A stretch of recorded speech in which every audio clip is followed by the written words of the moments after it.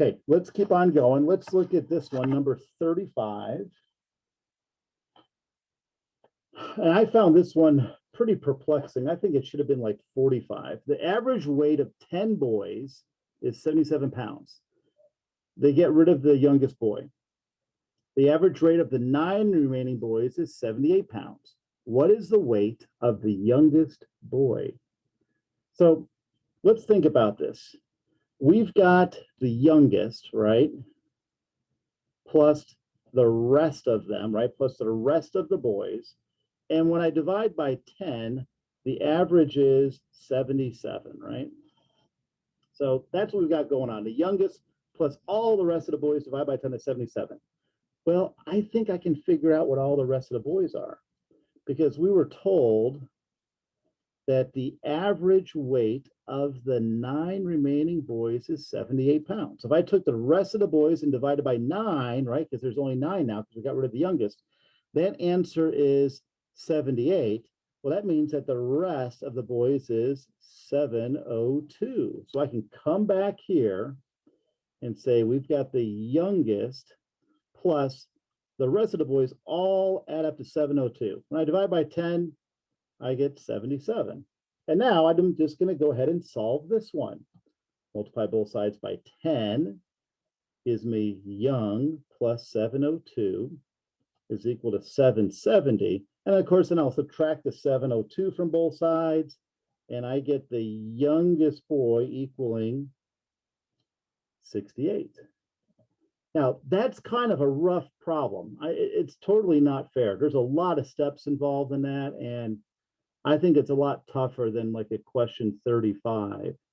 But the idea here is to see and organize things like this. Like, we kind of get hung up in math. Like, I need to figure out how much every single boy weighs. Don't need that. I just got to figure out what that boy weighs, how much that one was. All right, now that was 35. 34 is even tougher. To increase the mean of 4 numbers by 3, how much would the sum of the 4 numbers have to increase? Okay, this is way too hard to do algebra. So what I'm going to do is I'm going to pick 4 numbers. All right, I'm going to go ahead and pick 4 numbers out. And the numbers I decided to pick were 3, 7, 6, and 4. Okay, I just picked 4 numbers out. I asked my daughter, give me 4 numbers, and those are the ones she told me. I was surprised she didn't say 3, 4, 6, 7, but she said 3, 7, 6, 4. Well, if I go ahead and find the mean of these, right? 3 plus 7 plus 6 plus 4, and I divide by 4, that mean is equal to 5. Now they want us to do the following. They want the mean of 4, they want to increase the mean of 4 numbers by 3. They want this to equal 8. How much would the sum of the 4 numbers have to increase? Well, the sum of these 4 numbers is 20, right? So 20 plus I don't know what divided by 4 has got to be 8. So I went ahead and started guessing, and I looked at these, and usually I like picking the middle value, but that's like a fraction. So in this case, I decided to pick 12 to see what would happen.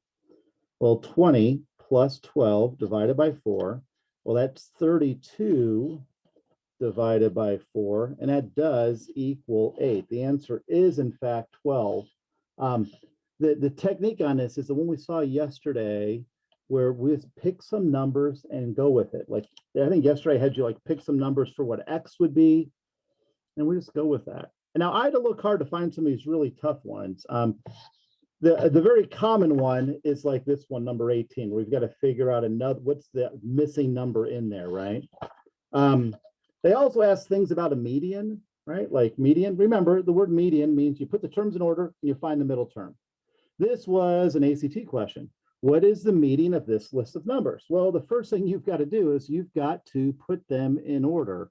And so what I do is I start writing them out and then crossing them off as I use them. Like, I use 3 5s, and then we've got a 6, no more 6s. There's a 7, there's a 9, and then 11 and 12. And generally speaking, ACT is not going to give you the list of numbers in the correct order. Well, we got to find the median, so I just got to find the middle number. Kind of like when you're driving down the road, the median's in the middle. 6 is the median number. Median's not too bad. Here's a question, and this one's like number 44. I don't think it's that tough. The question just says, which interval contains the median of the data? So we're not given actual individual numbers like we were up here. Instead, we've got an interval. Well, the first thing we should notice is when I add up all these things, how many total responses were there? There were 11 responses that were given total, right? So if I'm thinking about the median, again, the median is the middle number, right? Here's 11 numbers, right? 5, and then the median, and then 5. The median would be the 6th number in the list, right? So if I'm looking at this, here's 3 numbers. I go to the next interval, 3 numbers. 6th number in the list. It is 61 to 70. And I think why this is number 44, not something earlier, is that we're given it in terms of an interval instead, okay? Now, AZT does like to combine a lot of different things. Like look at this one. What's the product of the mean and the median of the first 6 prime numbers? And they are nice. They tell you, by the way, 2 is the first prime number. And remember, prime numbers are numbers that are not divisible. They're only divisible by themselves and the number 1. So like 4, that's not prime, but 5 is. 6 is not, but 7 is. No 8, no 9, no 10. 11 is prime, no 12. 13 is prime. There are the first 6 prime numbers. Now the median, I believe, is right here, right? There's 3 numbers to the left, 3 numbers to the right. The median is equal to 6. Now the mean, right, the average, I'd pull out my calculator, add all these up and divide by 6, and I get a mean of about 6.83. The question said, what is the product? Now, by the way, if I left it as a not of a decimal, if I just added these numbers up, right, it's 41 over 6, which is kind of nice because when we go ahead and find the product of these two numbers, wouldn't the 6's cancel, leaving 41? Even if that wasn't the case, all right, that's why you would do it. But let's say you didn't do the decimal and instead you left with 6.83. Well, 6.83 times 6 is 40.98. Well, which of these is closest to that? Letter D still. So we're still okay. Just kind of be aware of that. Okay. This one, wow, 52. This one's toughy. But again, it's statistics, and we should kind of go practice this a bit. We're told the mean of 5 numbers, and notice we're told that they're integers, right? So no decimals, but they're positive, negative, zeros, but no decimals. The mean is 52. The median of them is 82. 3 of the integers. Now we have got 5 integers, right? So I'm going to go ahead and put in 5 spaces. And we are told that the median is 82. Well, the median's the middle number, right? So I can put that right there. We are told 3 of the integers are 0, 12, and 82. Well, this is 0, and this must be 12, right? Because if they're in order, this is what we would have. Which of the following numbers could be one of the other integers? Well, I'm not sure what these other 2 integers are. So I'm just going to say A and B. I'm not sure what they are. I got to figure out what one of them could be. Well, we're told the mean is 52, right? Well, if I add these up, 0 plus 12 plus 82 plus A plus B, and divide by 1, 2, 3, 5 numbers, the answer should be 52. If I go to solve this, I'd multiply both sides by 5, and so that would give me 0 plus 12 plus 82 plus A plus B equals 260. I'd probably combine all of these together and then subtract it from the left. And that would give me A plus B must equal 166. And you're like, still, how does that help me? Well, let's think about this. A and B both have to be bigger than 82, don't they? They've got to be 82 or bigger because smaller would be to the left. Well, I'm going to go ahead and guess A to be, oh, let's go with 105 first. I'll guess this one. It's actually H, but I don't want to give it away right now. Let's say A equaled 105. Well, if this is 105, well, then the other number has to be 61 in order for them to add up to be 166. 61, that's not bigger than 82, so we can't be this one. What if A were to equal 86, right? Our next number. Well, if this is 86, well, then the other number has to be 80, right? 80, that's too small, right? The other number, it's got to be bigger than 82. Can't be that. We'll try 84 next. What if A equals 84? Well, that would be 84 plus 82. Hey, that works because 82, yeah, that's equal to or greater than 82. So the answer is letter H. Pretty tough question, right? I mean, man, what an annoying one to do. Let's go ahead and we're not going to worry about 14 over here. Let's do 15, another combined question. And again, if you have questions, please, unmute yourselves and voice your concerns of things you're not sure of. They're giving us a list of numbers, and we're told that the median is 25, and the mode is 15. The mode, finally. The mode is what happens the most, right? And it says, to the nearest whole number, what's the mean of the list? Well, if the mode is 15, I'm going to say the letter Y is going to be 15. Because that way, at least 15 happens the most, right? Because that's what the mode means. What happens the most? I could have said X was 15. It doesn't matter. So if I were to put these in order, 15, 15, right? So 15, 15. I'm not sure where the X is going to go, but I know that the biggest number out there is a 41, and then a 35, and then a 30. I'm going to put the X right here. Now, I could be wrong on it, but I think that's what it has to be. The median is 25, right? We're told the median is 25. Well, it makes sense, right? If I put X to the right, the median, if I were to force this 15 to be here, the median between 15 and 30 is not 25, right? So the X has to be here because of that median idea. Because the median was 25. That forces the X to be there. Now, we are told that, that the median, right, is going to be 25. So let's figure out what X is. Well, if I add these two numbers up and divide by 2, I should get the median, right? Times by 2 gives me X plus 30 is 50. So X is equal to 20. Great.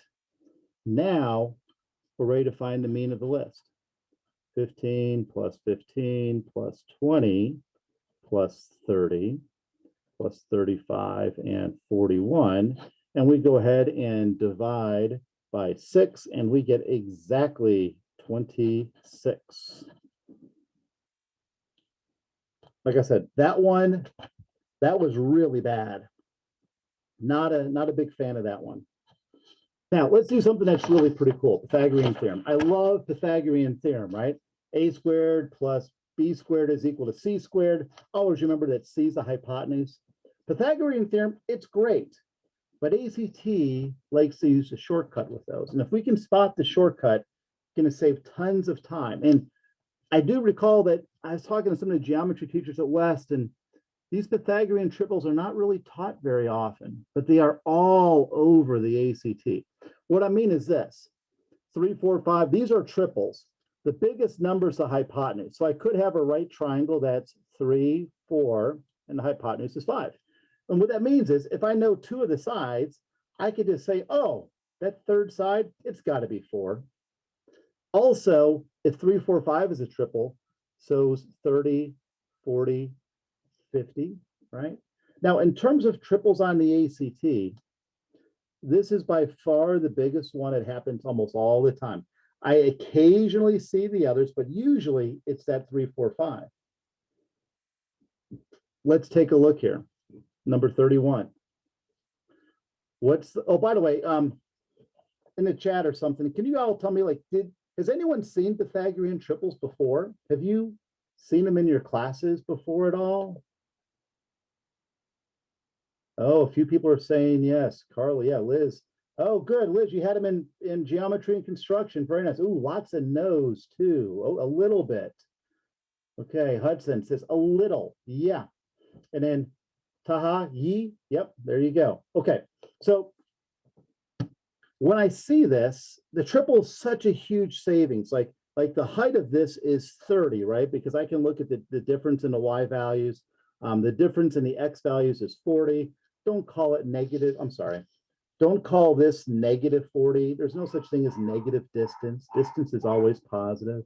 The question says, how long is the hypotenuse? Yes, we could go 30 squared plus 40 squared equals C squared, but please don't do that. 30, 40, it's a 3, 4, 5 triple. This must be 50. That's it. Done. Super fast. Let's look at another one. And that was 31, right? Here's one I said, these Pythagorean triples are pretty easy. We're going to put one on number 8. Now, we should draw a picture to make sure we know what's going on here. They tell us that the length of the hypotenuse is 50. So I better make the 50 be the hypotenuse. And the length of one of its legs. Now, the legs are the other two sides. Doesn't matter which one. I'll call this 40. What's the length of the other? Well, that's just a repeat of it, isn't it? This is a 3, 4, 5 triple. So this is 30. By the way, these two questions, same ACT test. Pretty crazy. Let's look at the one below there, number 24. Reading along, we're told that D is the midpoint. So that means these two sides, they are equal. All right, and we're told AB is 8. Oh, it's already there. AC is 10. Oh, that's already there. And you're thinking, wait a minute, that's not a triple, Mr. Flynn. All right, if we look at this, I'm not sure what my daughter's doing to the dog, but I don't know. Do you see this really big triangle? Isn't 8 the same thing as 4 times 2?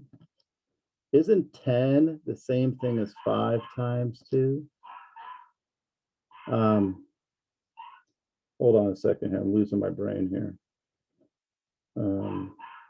Oh, fudge. Okay. There is no triple here. Sorry about that. Let's go ahead and figure out what this side is here. Oh, no, this is right. This is right. This side is 6, right? Because if I were to take a 3, 4, 5 and times them all by 2, wouldn't I get 6, 8, 10? So there's my 8, there's my 10. This side has to be 6. If this side is 6, isn't each side equal to 3 because that was a midpoint? Now, we're trying to figure out what AD is, what this is. So if I look at this triangle, now there is nothing that has a triple with a 3 and an 8 in it. And if I glance at my answers, I'm like, oh boy, this isn't the Pythagorean theorem part. But there was a triple to get us started. So 3 squared plus 8 squared is equal to x squared. So 9 and a 64 equals x squared.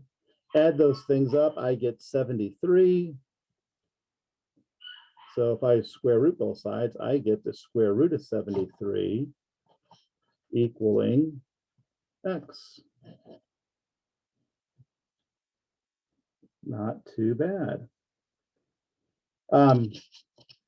Let's look at 19 here.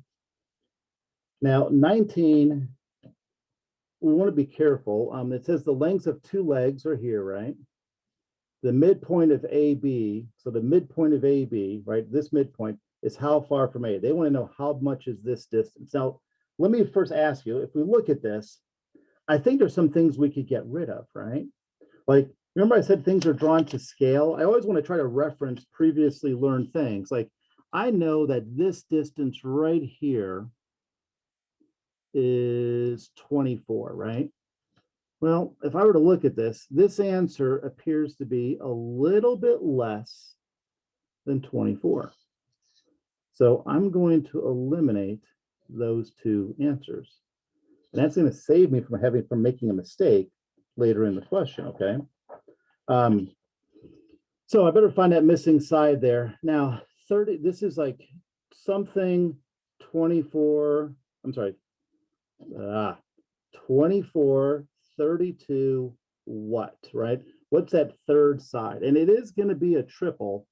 And the thing is, if I were to, let's see, I know 8 divides into both of those, right? So if I were to do 8 times 3, and then here I did 8 times 4, wouldn't the other one be 8 times 5? So this whole side would be 40. And here's where it was helpful for us to get rid of that answer 40. There's a good chance that a lot of people would say the answer is 40 because they get so sucked into finding the missing side. The question is, how far is the midpoint from A? I believe that's going to be 20, right? So please, please, please remember, things are drawn to scale. Eliminate answers that are not correct, that will not work.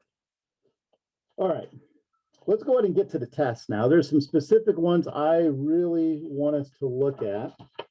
And so we're using the same test Mr. Williams had. And I would like to start off with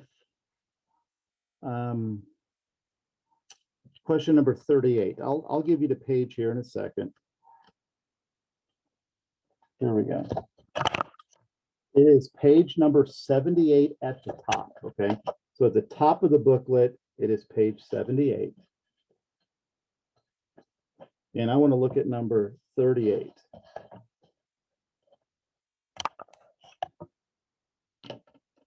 "38 is a really, really interesting problem.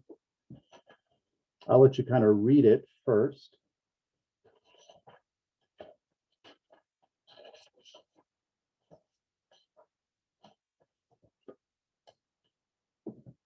Now, some people really get hooked into writing out equations, right?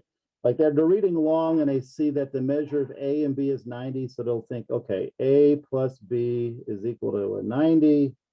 And then later on, they see that, you know, A and C add up to 180. So they would say A plus C equals 180. And then they see that B and D is equal to 180. And they're like, oh my gosh, how am I going to go about solving this? Well, here's the long way. I'm going to show you a really elegant way. If we were to put these together, right? Doesn't this give me A, B, C, and D? If I put those together, it'd be A plus B plus C plus D. And that's equal to 180, is it not? Now, we already know that A and B add up to 90. So this part, I know, adds up to 90. Wouldn't A plus B plus C plus D be 360? Oh my gosh. I'm so worried about my dog barking outside. Okay, 360. Thank you. I'm glad someone can do this stuff. So 360. So I'm going to go ahead and change this A plus B equal to a 90. And that means that C plus D has got to equal 270. And that's what they're asking for, right? However, there's a really fun way to do this one if we draw a picture. Now, we're told that the sum of the measures of A and B are 90, right? So if I were to draw a right angle, and if I cut it and say this is angle A and this is angle B, I think we would all agree that A and B make 90. Now, we're told that A and C make 180, right? Well, if I were to extend this line, this angle here would be C, right? Because I can see the straight line and see that A and C would equal 180. We're also told that B and D equal 180. So B and D would be this piece. Wouldn't B and D also make 180? Question is, what do C and D add up to equal? See it right here? See how it's the 270? Because this is 90 and we got a circle here. I found that really, really pretty cool to see. Wanted to share it with you. That was systems of equations. Let's go ahead and look at some other things that we've not talked about. Number 52, it is on page 82, okay? Question number 52, it deals with asymptotes. And believe it or not, we have started seeing asymptotes on the ACT. And the question is, where do these asymptotes intersect? Well, asymptotes are things that X can never be, right? Like in this case, if X were a 3, we'd have 3 minus 3, which is 0. And so one of our asymptotes would be a vertical line right here going through 3. Now, if you've had algebra 2, this is looking pretty familiar. Now, if the X value is 3, I'm going to get rid of F and G because the remaining 3 choices have 3 for an answer. Now, the other asymptote is this one, and I'm not going to do the long division to get it. I'm just going to kind of estimate it. And looking at these estimates, 10 is way too small. 16 seems about right. 31's way too big. So anyway, asymptotes. Thought it'd be nice to see that because we haven't seen one of those in a while. There is a factoring question on here. You do have to factor polynomials on the ACT, but sometimes, if you all would turn to page number 72, they give you parts of it. So we're going to look at number 13 here. Here's our polynomial that we need to factor, and that could be a doozy. But they are telling us one of the factors is 5x plus 4, right? We have to find the other one. Well, this shouldn't be too bad. I think this would have to be 9x, right? Because 5x times 9x is 45x squared. So that safely lets me eliminate those choices. It's going to be a -8 over here, so I must be subtracting, so I can get rid of letter C. And the question is it 4 or 2? I think it has to be 2, right? Because 4 times -2 is -8. If we do check our middle term, I know a lot of people like doing it. I would not recommend it because it just takes up some time. We do get 26x like we need. But again, this factoring one, not so bad because they do give us a factor. Okay, let's do some probability questions. Let's look at number 10 on the previous page. Okay. Number 10, question says, what is the probability that the player Tammy drafts will be a kicker or receiver? Remember the word or means to add, right? So the probability you're a kicker plus probability you are a receiver. Now there's 4 kickers, right? 4 out of the 20 players. And a receiver, there are 8 of those, so plus 8 over 20. The answer is 12 over 20, which is not there as a choice. But if we reduce it, let's see, 6 over 10 by taking half, still not there. 3/5. There we go. Letter K. That's one probability that's on this. Not so bad. Now, let's go to number 56, way towards the end of the test, and see how that probability question looks compared to this one. And it is on page 83, okay, page 83.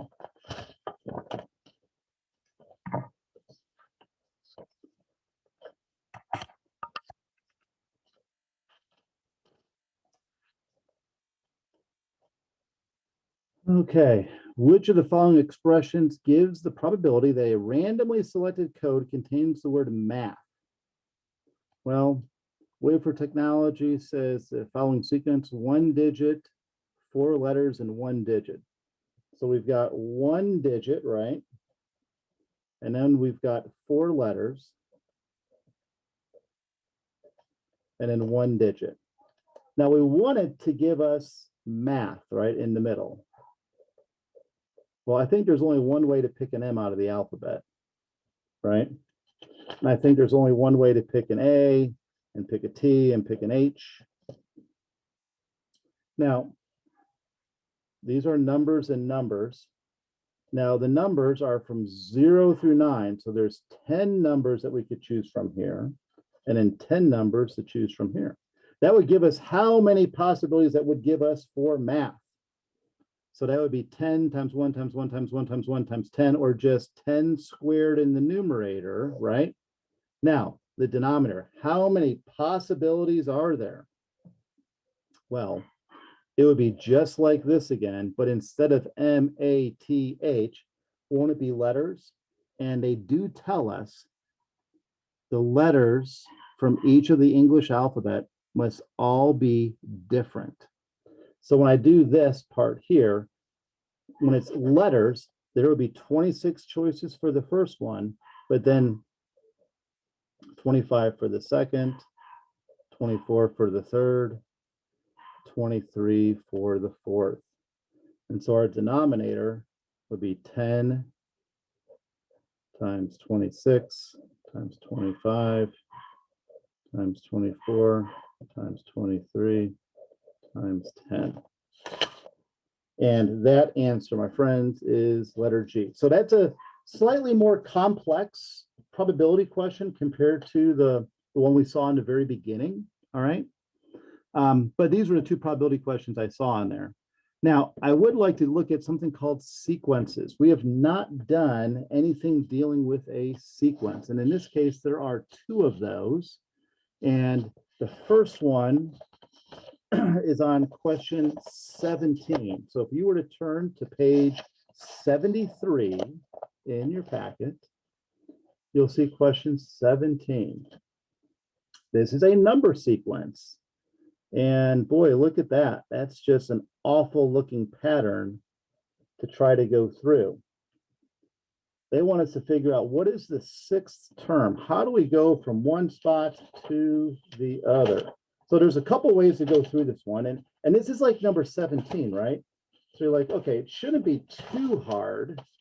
What I would recommend is to not look at this pattern here. Look at just the table. And notice the difference. Like this difference is 1. This difference is 4. To go from 14 to 23 is 9. 23 to 39 is 16. Does anyone notice a pattern with those numbers, 1, 4, 9, and 16?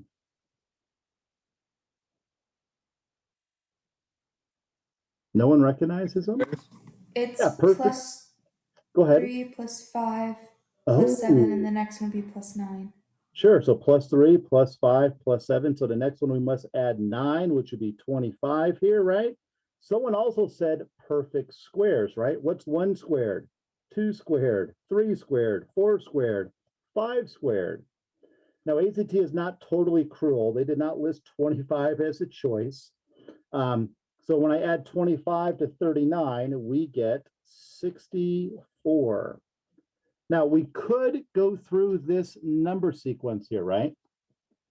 If I wanted to find a sub 6, it would equal a sub 6 minus 1 plus, n is again 6 minus 1 squared. And now 6 minus 1 is 5. A sub 5 is 39 plus, now 6 minus 1 is 5, 5 squared. So we do get 64 that way also. But sometimes I've noticed students really get lost in trying to follow the sequence pattern they give you. If they provide a table, man, take advantage of that. It'll make things a little bit easier for you. So that was that one. Now let's look at number 41. It's another sequence, but this time I think it's a repeating number. Let's see. 41, yeah. Okay, another sequence. Now this 41, it's part, like 39 and 40 are also part of it, okay? Like this whole page here, they all utilize that stem at the very, very top that they're talking about there. And it says, beginning next year, Mr. Santana will increase the number of bulbs in his garden each year so that the number of bulbs form a geometric sequence. We'll talk about what that means. And in 3 years, there will be 162 bulbs. So I'm going to put in 4 squares, because in 3 years, there's going to be 162 bulbs. Now, this is where it's a reading question. We've got to go earlier in the problem and find out how many bulbs does he start with. And in the reading, it says right here, the garden currently contains 48 bulbs. I always hate it when I've got to go back in the paragraph and find some information that we need. So 48 bulbs that we start with. Now, geometric series, what that means is you're always multiplying by something. Like here's a geometric series. 6, 12, 24, 48. What am I multiplying here by every time? That's right. I'm multiplying by 2, right? So they're telling us what to choose to multiply by. So this is a case where you pull out your calculator, right? You would type in 48, and I might guess letter C first. I would do 48 times 3.375, get an answer. That puts me here.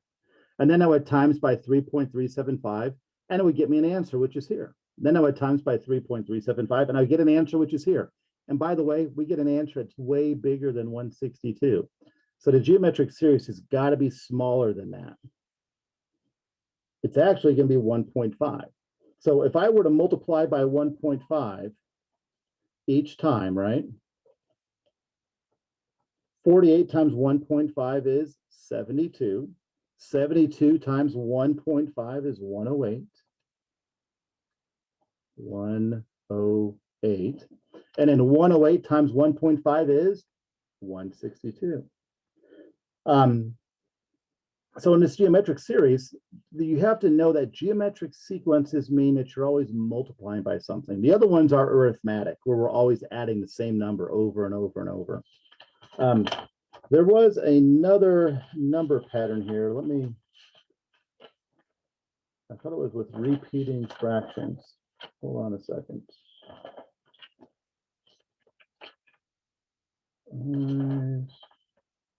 Here we go. If you would go to number 50, okay?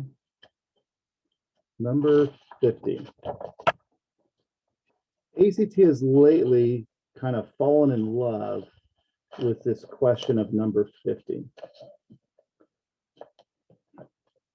And they pick something that you can't use your calculator on. It says the fraction 2/7 is equivalent to this, right? And by the way, that horizontal line above it, it's got an English word for it. It's called a viniciulum. Okay, just like a fraction bar is a viniciulum that we have down here. It's a grouping symbol, these horizontal lines. In the square root symbol, that long horizontal line, it's a viniciulum. Even in geometry, like segment AB, viniciulum. Anyway, they're asking, what is the digit in the 1001st decimal place? And by the way, they want to make sure people know this. The digit in the 4th decimal place of this is a 7. You're like, okay, 1, 2, 3. Yeah, no kidding, that's there. They just want to make sure you're not counting to 0. Now, the question is this. If I were to write this out, this pattern repeats, right? So the next ones would be 2, 8, 5, 7, 1, 4, 2, 8, 5, 7, 1, 4. Well, the easy way is to write out all 1001 digits. But there's just not enough time for that, right? No one's got time for that. Instead, here's what we do. It repeats itself every 6 digits. This pattern repeats itself. So what I'm going to do is I'm going to find out how many full patterns go in there. Like I'm going to take the 1001 and I'm going to divide by 6 because every 6 digits, it's repeating itself. And this turns out to equal 166 and 5, 6. I just used my calculator. Well, there's me 166 of these complete patterns. Don't need to worry about that. I want to worry about these 5, 6. So when I look at this, isn't the number 1 in the 5th place out of the 6 digits that they have there? And I'm not sure why they like this. They use this with eyes, I notice a lot of times. ACT is really, they like that idea. Okay, so we have that. Okay, let's go to 53, a little reinforcement.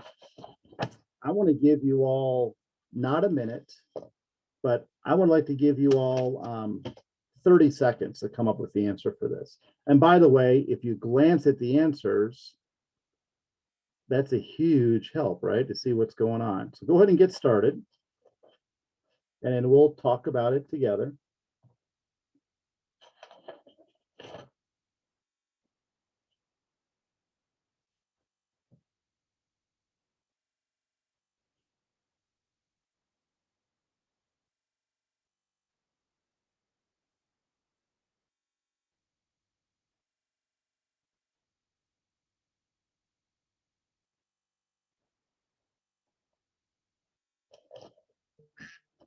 It's really not too bad. It's a lot like the ones we did before. We're told it's an 8-digit confirmation number. So 8 spaces, 3, 4, 5, 6, 7, 8. And it says the first digit in each number is an 8, right? So the first digit in every CNN is an 8, and the rest of the digits, the others, hold on a second here. An employee don't this 8-digit. The first digit in each CN is an 8. The other 7 digits can be any digit 0 through 9, and the digits may repeat. How many possible ones are there? Well, since the first digit is an 8, there's only one possibility to pick that, right? Now, the rest of them could be anything, and the digits may repeat, right? So 0 through 9, that means these can be, there's 10 different possibilities for each one. And if I look at this, oh, they're doing exponent rules. There's 1, 2, 3, 4, 5, 6, 7, 10. So it's 10 to the 7th times 1, which is letter C. Pretty awful distractor there, letter E, 10 to the 8th power. Not a fan of that one. Let's deal with an area question. So if you could go to number 49, I know we did a trapezoid problem yesterday, right? Here's a similar trapezoid problem. And the first thing we should probably do is mark some information like AE is 10, right? So I better put a 10 there for AE. We're also told we're perpendicular here. I should probably put that in, though it does look perpendicular, right? So it is on the ACT anyway. DC is 28. So this whole distance here is 28. If the area of the right triangle, if this triangle, right? Ooh, it has an area of 60. That's interesting. What's the area of the trapezoid? Okay, well, I think what we might want to do is we might want to put down the formula for the area of the trapezoid. That might be a good starting point, which we said was, someone told me they like having the H on the left-hand side. So I'm going to kind of put that in there. And if I started filling it in, I kind of know that the height is 10, right? And I know one of the bases is 28. I'm not sure about the other base. Now we could do some things about drawn to scale because we know that this side here is 10, right? So we could finagle this a little bit and say, well, this distance here is 10, and boy, that distance there is a little bit bigger than 10. So maybe if I went 11, for example, I could put 11 there, see what I get, and start eliminating things, right? That's definitely a procedure we could do, but I kind of want to try to figure this out. They did tell us that the area of that triangle is 60. Now, we know that the area of a triangle, right, is 1/2 base times height. Well, if the area is 60, I'm going to call this X. The 10 and the X are the base and the height. So 10 and an X. Well, this would be 60 equals to 1/2 of 10 is a 5. And so that means X has to be 12. Cool. That's 12. The other base is 12. And so that overall area is 200. So this is called an integrating essential skills question. They really, really like to put together a lot of stuff you learn in 8th grade, because that's when you guys did do area of trapezoids and triangles, and mix them up and kind of make them up at a high school level type question. Pretty awful. There is another area question, and it is number 27 in the packet. Okay, so let's go backwards to 27. And we kind of did one like this earlier. It tells we have a rectangle. So you should really, draw yourself a rectangle. It makes life a little bit easier. And we're told that it's 3√5 as the width and 5√5 as the length. And they want to know what the area is. Well, remember, when you're multiplying stuff, right? 5 times 3 is 15. The square root of 5 times the square root of 5 is the square root of 25. I don't see it there, but I do know that you know, the square root of 25 is, it's 5, isn't it? So it's really 15 times 5, which is 75. That was the other square root answer. Did the factor into the probability to scale. Okay. Let's go ahead and look at question number 3 on this test. Okay, question number 3. It's on page 69 of your booklet. The question says they want to figure out what angle X is, right? So here's what I would suggest. Again, I know that a right angle is like this, right? That's 90 degrees. And again, it's like, you know, the corner of a piece of paper is 90 degrees.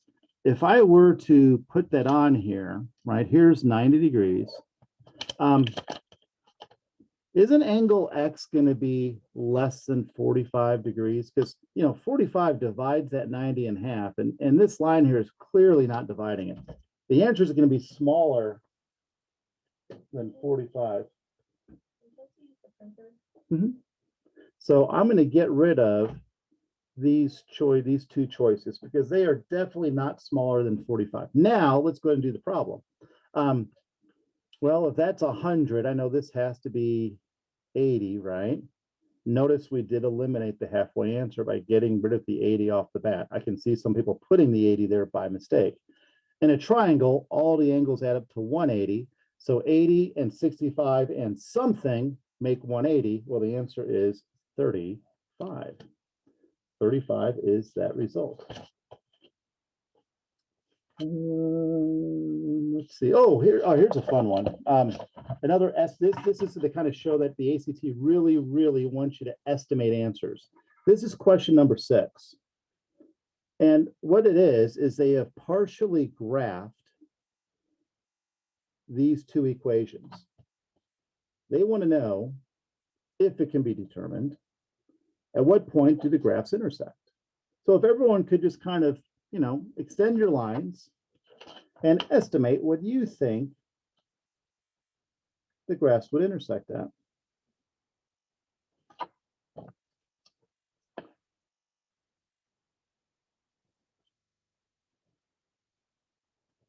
And this is definitely an elimination type problem. So I'm going to go ahead and this is my answer here. So I know that the X value is a positive, so I'm going to get rid of that. And let's see, definitely not 4. 4 is way too big. The Y value, it is less than 5, is it not? So the answer is letter H. Cool. All right, let's do an easy one. We haven't done an easy one yet for a while. Let's go ahead and go to number 12. On number 12, Wait, you have. I'm Go sorry. ahead. Oh no, go ahead. Let me go back. Yes, go right ahead. Right here, this one. You said it was less than 5. Why would it be H? Oh my gosh. So that's called circling the wrong answer. I got distracted. It Okay. should be letter G. I tell you, we need to talk to Mr. Williams about having you help us do these. That's twice you've caught me. This is really good. All right. Yeah, should be 1,4. Yes, thank you. Nice. All right. Let's go ahead and do an easy one. This one, it's number 12. Got to find the slope, and I'm going to give you 15 seconds. I don't think you'll need much more time than that to find slope.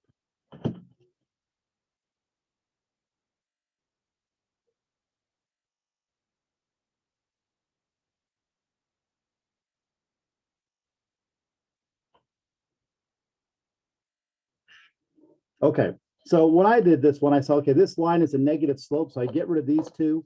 I know that a 45-degree line, right, a 45-degree angle would be -1. This looks a little steeper than that, so it can't be letter G. So now I'm going to go ahead and do the rest of it.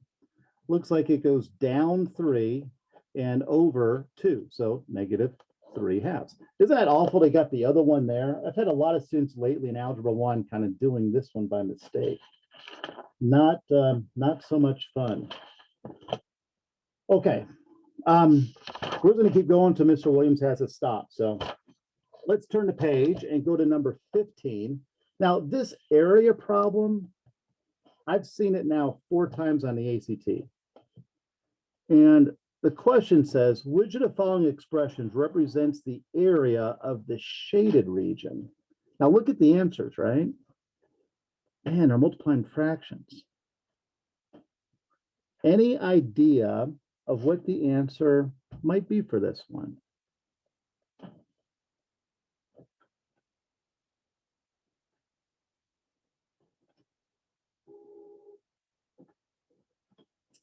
Now, I might help you a bit. This length across is 8 squares across, and this is 6 squares high. And again, look at those answers.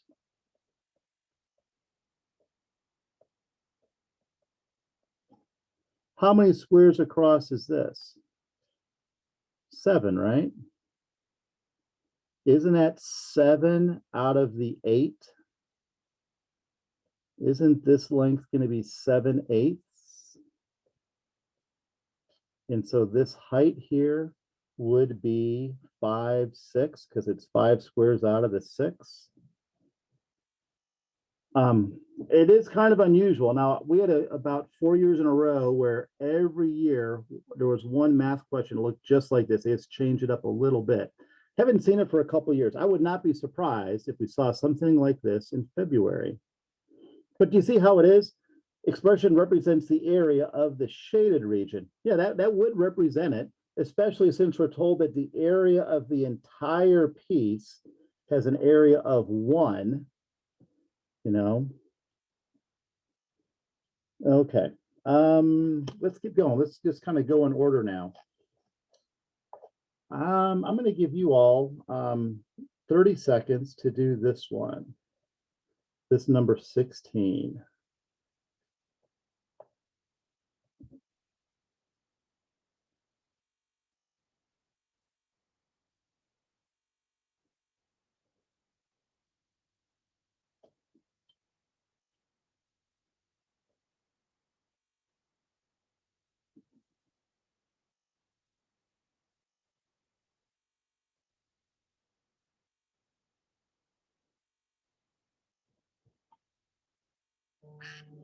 All right.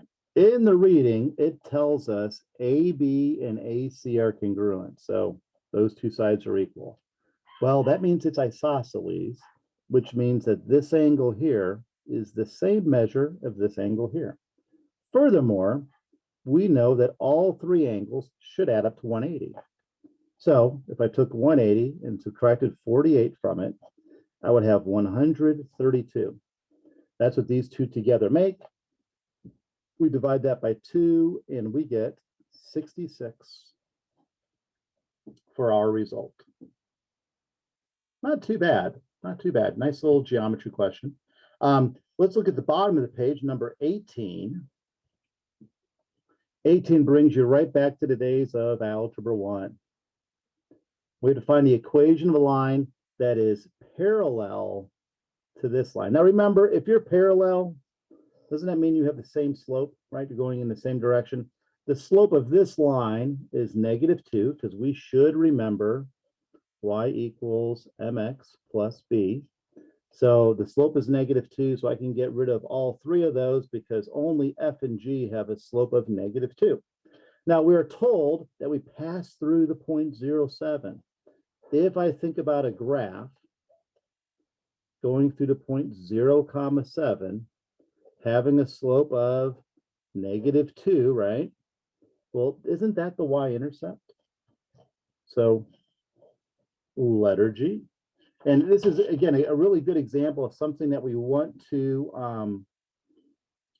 use that elimination idea to figure it out. Okay, we have not done anything with exponents at all. So let's kind of finish off by doing some exponent questions. This is number 22. And that looks really, really difficult, doesn't it? But we should remember something that, oops, doggone it. I forgot to plug in my computer.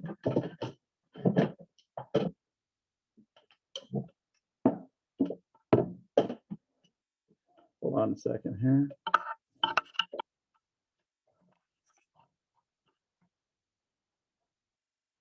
There we go. Okay.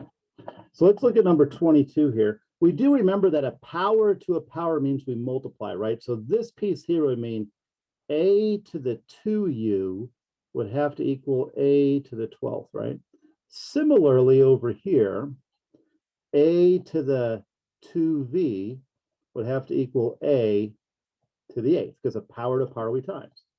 Well, if this is true, that means that 2u is equal to 12. So that means u is a 6.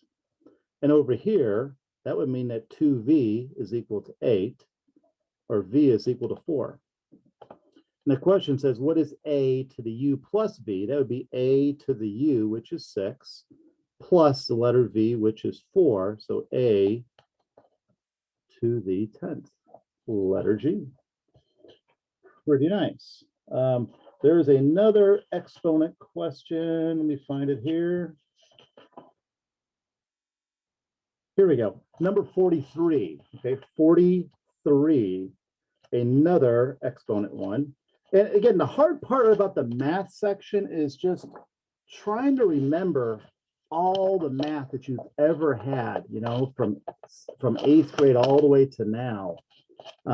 It's quite a job. So we're just trying to bring forth all the stuff you already know. Now look at this question. This is a true number 43. It's got an imaginary number, and we only have to pretend it's imaginary. Pretend. But I squared is equal to -1. That's what they're telling us. And we're just going to utilize that idea. Now they want to find out, what is I to the 4k plus 2 is equal to? And I'm like, man, what would that be? Well, do we remember a property of exponents? X to the 4th times x to the 3rd. Doesn't that equal x to the 4 plus 3, right? Which would be x to the 7. When we multiply, we add powers. Well, here we are adding. What I could say is that's going to be the same thing as I to the 4k times I to the 2. Pardon me.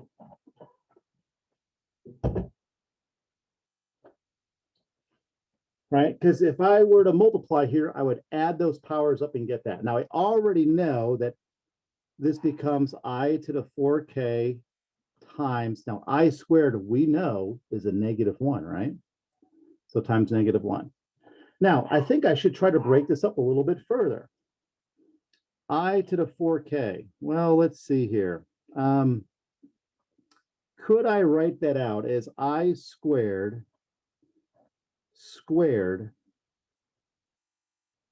wouldn't this be the same thing as 4k? Power to a power means by the way, we're timesing by -1, right?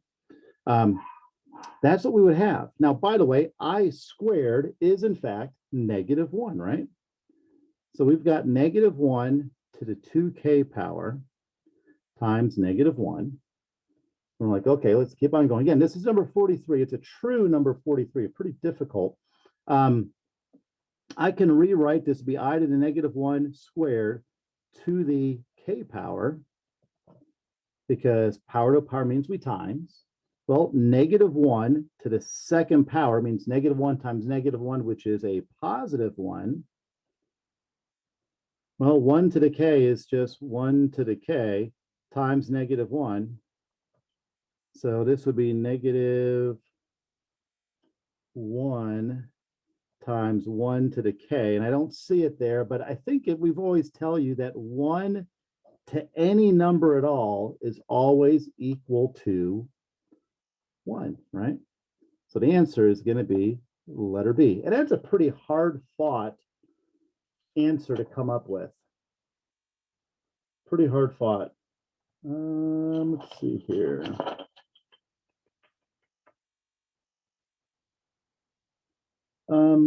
Okay, I think we did a matrix question last night. So let's do another matrix related question tonight. It is number 55. And 55 asks for the determinant, right? Now, I know I've got that on my formula sheet here. Let's see. Okay. On the second page, I do have a note of how to do determinants, right? Now, determinants is that's the word, but sometimes we write out DET for determinants, okay? The determinant of a matrix is just going to be A times D, which is this, minus C times B, which is the other diagonal, okay?